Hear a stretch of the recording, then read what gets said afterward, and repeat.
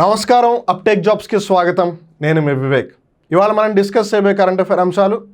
ముందుగా మొన్న దీపావళి పండుగ జరిగింది. One of the brightest festival, one of the greatest festival that India can ever celebrate.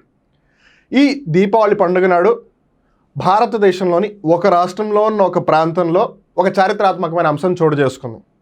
ఏంటి అంటే ఒకటేసారి 22 లక్షల దీపాలను వెలిగించి ఒక గిన్నిస్ వరల్డ్ రికార్డుని నెలకొల్పారనమాట. ఇంతకీ అది ఎక్కడ చోటు చేసుకుంది, అది ఏ రాష్ట్రం ఉంది, దీని గురించి తెలుసుకోవడానికి ప్రయత్నిద్దాం. అలానే నేషనల్ ఎడ్యుకేషన్ డే.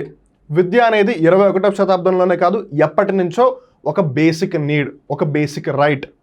మనిషి ఎవరైనా సరే వాళ్ళకి విద్య ఖచ్చితంగా అంది తీరాలి. ఈ ఎడ్యుకేషన్కి సంబంధించి మన ఇండియా ఎప్పుడు కూడా నేషనల్ ఎడ్యుకేషన్ డే అని ప్రతి సంవత్సరం జరుపుకుంటూ వస్తుంది. మరి ఈ సంవత్సరానికి సంబంధించిన థీమ్ ఏంటిది?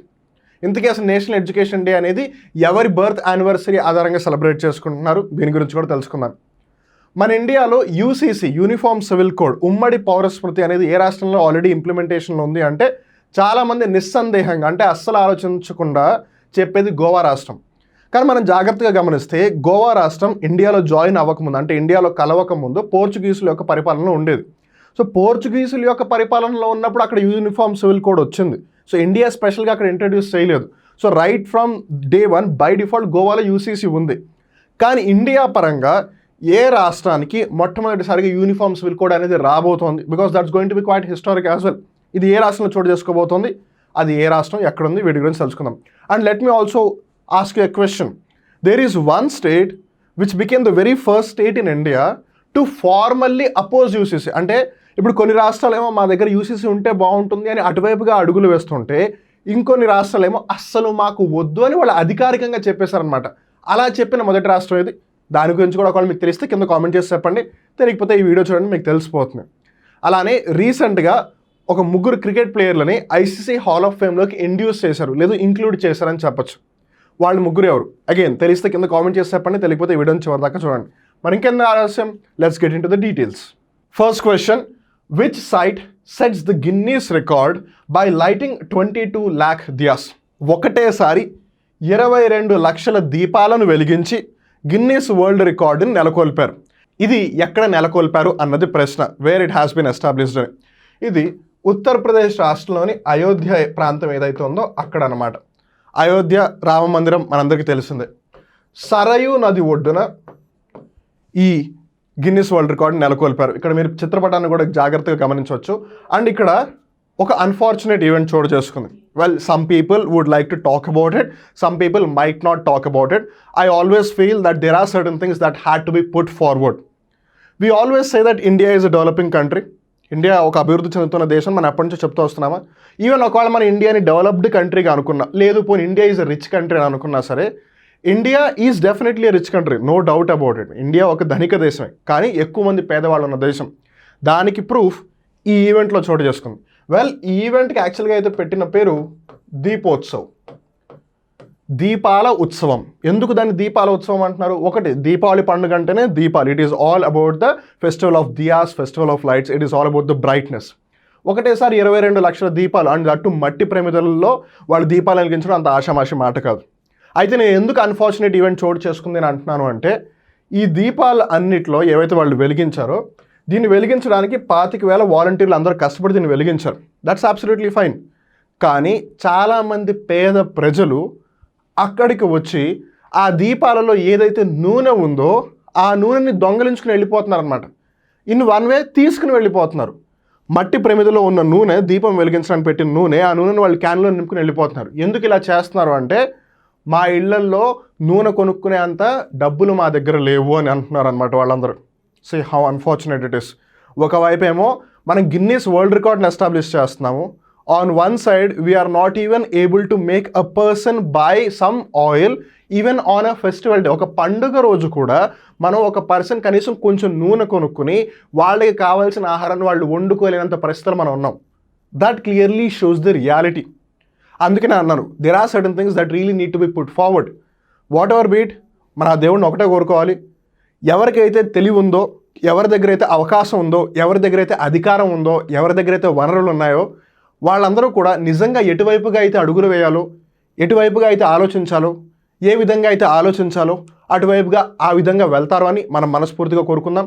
ఆ విధంగా దేవుడు వాళ్ళందరికీ కూడా శక్తిని ఇవ్వాలి అని మనం కోరుకుందాం. అలానే ఎవరైతే అధికారంలో లేరో, ఎవరైతే అవకాశం కోసం ఎదురు చూస్తున్నారో వాళ్ళందరూ కూడా అవకాశం కోసం ప్రయత్నిస్తూ ఉండాలి. అధికారం వచ్చినప్పుడు అధికారం వచ్చింది అన్నట్టు కాకుండా ఈ అధికారం అనే అవకాశం కోసం నేను ఎదురు చూస్తున్నాను, తద్వారా నేను దాన్ని సద్వినియోగపరిచి ఎవరికైతే ఇదైతే మంచి లాభం చేకూరాలో ఆ విధంగా నేను పనిచేస్తాను అన్నట్టు ఉండాలి. Let's hope that it really happens. If not longer, at least as soon as possible. Now let's talk about second question. Which state to become the first state to adopt the Uniform Civil Code UCC? UCC Uniform Civil Code ni Telugulo aithe ummadi pawra smriti antaru. This is related to civil aspects, as the name also suggests. It is related to civil aspects. Ante kutumba అంశాలు, divorce, విడాకులు, marriage, వివాహం ఇలాంటి అంశాలకి సంబంధించి మన ఇండియాలో బేసిక్గా ఇవన్నీ కూడా రిలీజియన్ లాస్ ఏవైతున్నాయో వాటి ఆధారంగా జరుగుతుందన్నమాట. అంటే హిందూ లాస్ ఒక విధంగా ఉన్నాయి, ముస్లిం లాస్ ఒక విధంగా ఉన్నాయి. సో ఇవన్నీ కూడా మతాల ఆధారంగా ఉన్న చట్టాలు.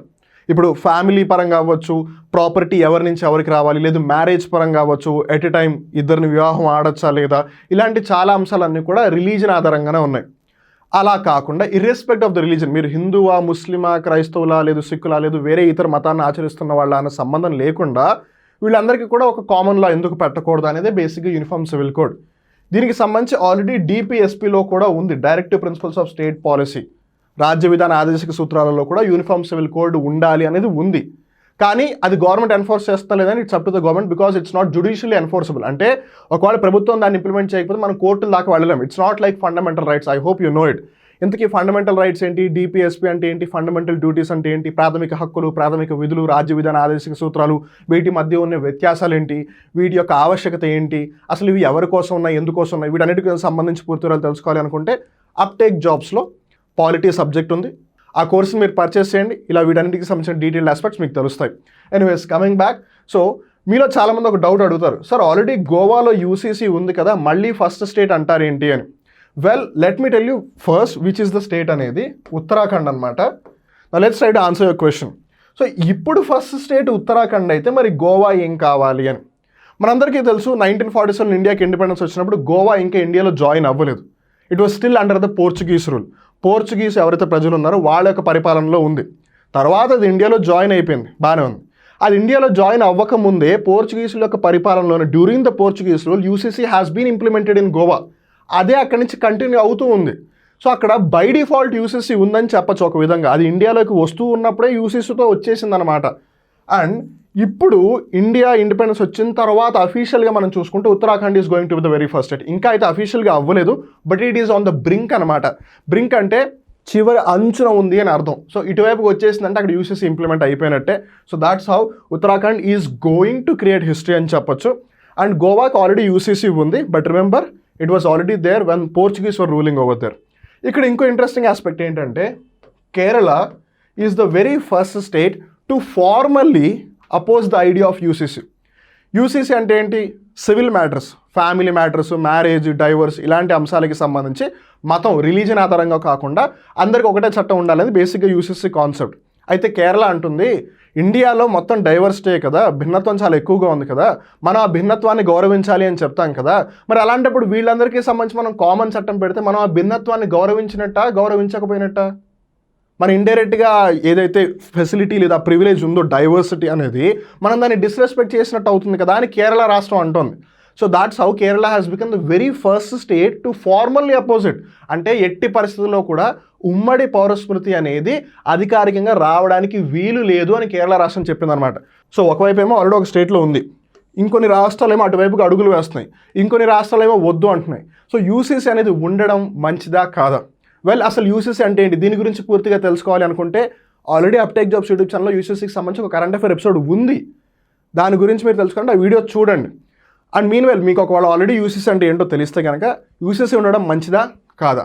తెలంగాణ రాష్ట్రంలోనూ ఆంధ్రప్రదేశ్ రాష్ట్రంలో కూడా UCC ఉండాలా, ఉంటే బాగుంటుందా? దీని గురించి మీరు ఏమనుకుంటున్నారు కింద కామెంట్ చేసి చెప్పండి. Now let's talk about third question. World kindness day is celebrated on. Kindness, మనిషిలా ఉండడం, మనిషి ఏం చేయాలో అది చేయడం. ఈ ప్రపంచంలో ఎవరైనా అర్థం చేసుకోగలిగే భాష ఏదన్నా ఉందా అంటే it's kindness. Of course sometimes love also do becomes a universal language, but not always. ఎందుకంటే ప్రేమ అనేది మారచ్చు, but kindness never change. So ఈ కైండ్నెస్కి సంబంధించి ఒక రోజు ఉంది అండ్ ఆ రోజే నవంబర్ 13. సో ఈ సంవత్సరానికి 2023వ సంవత్సరానికి సంబంధించి వరల్డ్ కైండ్నెస్ డే యొక్క థీమ్ ఏంటి అంటే be kind wherever possible. Because kindness is universal language కదా.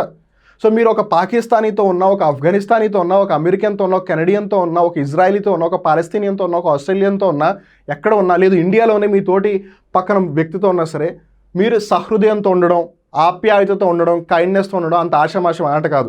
అందుకని ఎక్కడ ఎప్పుడు వీలైతే అప్పుడు అక్కడ కైండ్నెస్తో ఉండండి అని మనకి గుర్తు చేయడానికి ఒక రోజు అనమాట వరల్డ్ కైండ్నెస్ డే.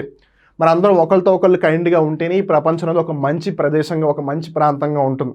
లేదంటే every place will be like Russia Ukraine war zone or an Israel Palestine war zone, whatever be it. So గుర్తుంది కదా, 2023వ సంవత్సరానికి సంబంధించి be kind wherever possible is the theme. Day వచ్చేసి November 13. Now let's talk about question number 4. Which 3 cricket masters have been included into the ICC Hall of Fame? ICC అంటే ఏంటి? International cricket council, అంతర్జాతీయ cricket సమాఖ్య అని అర్థం అనమాట.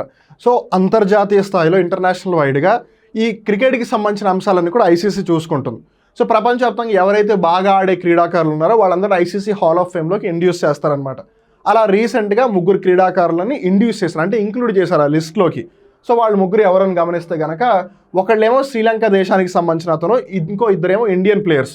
So ఇతను Sri Lanka country అతను అరవింద డిసిల్వా, వీళ్ళిద్దరూ Indians.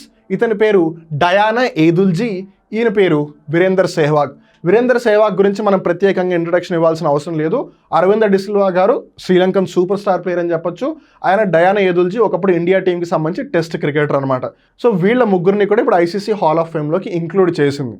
Now let's talk about question number 5. National Education Day is observed on. ప్రతి సంవత్సరం కూడా నవంబర్ 11న నేషనల్ ఎడ్యుకేషన్ డేని సెలబ్రేట్ చేసుకుంటారు, జాతీయ విద్యా దినోత్సవం. దాన్ని 11th నవంబర్ని ఎందుకు సెలబ్రేట్ చేసుకుంటున్నారు అంటే ఆ రోజున ఈయన పుట్టినరోజు. ఇంతకీ ఈయన ఎవరు తెలిస్తే కింద కామెంట్ చేసి చెప్పండి, లేదా నేనే చెప్తాను, కంగారు పడకండి. మౌలానా అబుల్ కలాం ఆజాద్. ఈయన మౌలానా అబుల్ కలాం ఆజాద్ గారు, ఆయన జన్మదినోత్సవం 11 నవంబర్ అనమాట. ఆయన ఇండియాకి సంబంధించి ఫస్ట్ ఎడ్యుకేషన్ మినిస్టర్, అంటే మొట్టమొదటి విద్యాశాఖ మంత్రివర్యులు. సో అందుకని ఆ రోజునే నేషనల్ ఎడ్యుకేషన్ డేగా సెలబ్రేట్ చేసుకుంటూ వస్తున్నారు. So 11 November. సో ఈ 2023వ సంవత్సరానికి సంబంధించి థీమ్ ఏంటంటే ఎంబ్రేజ్ ఇన్నోవేషన్. సో పరిస్థితులు, పరిణామాలు మారుతూ ఉన్నాయి ప్రపంచవ్యాప్తంగా. సో ఈ విద్య నేర్చుకునేది కూడా మారుతూ ఉండాలి, పరిస్థితులకు తగ్గట్టుగా అనుగుణంగా ఉండాలి అన్న ఉద్దేశంతోనే కొత్త విధానాలను తీసుకురావాలి, new techniques have to be promoted అనే ఉద్దేశంతోనే ఎంబ్రేజ్ ఇన్నోవేషన్, అంటే కొత్తది ఏదైనా వస్తే దానిని మనం స్వీకరించే విధంగా ఉండాలి అనేది 2023వ సంవత్సరానికి సంబంధించిన థీమ్ అనమాట. ఇక్కడితో ఇవాళ కరెంట్ అఫేర్ ఎపిసోడ్ ముగుస్తుంది. మళ్ళీ ఇంకో రోజు ఇంకో కొత్త కరెంట్ అఫేర్ ఎపిసోడ్లో కలుద్దాం. అప్పటి వరకు చూస్తూనే ఉండండి అప్టేక్ జాబ్స్, మిమ్మల్ని మీరు అప్డేట్ చేసుకుంటూ ఉండండి. నేను మీ వివేక్. నమస్కారం.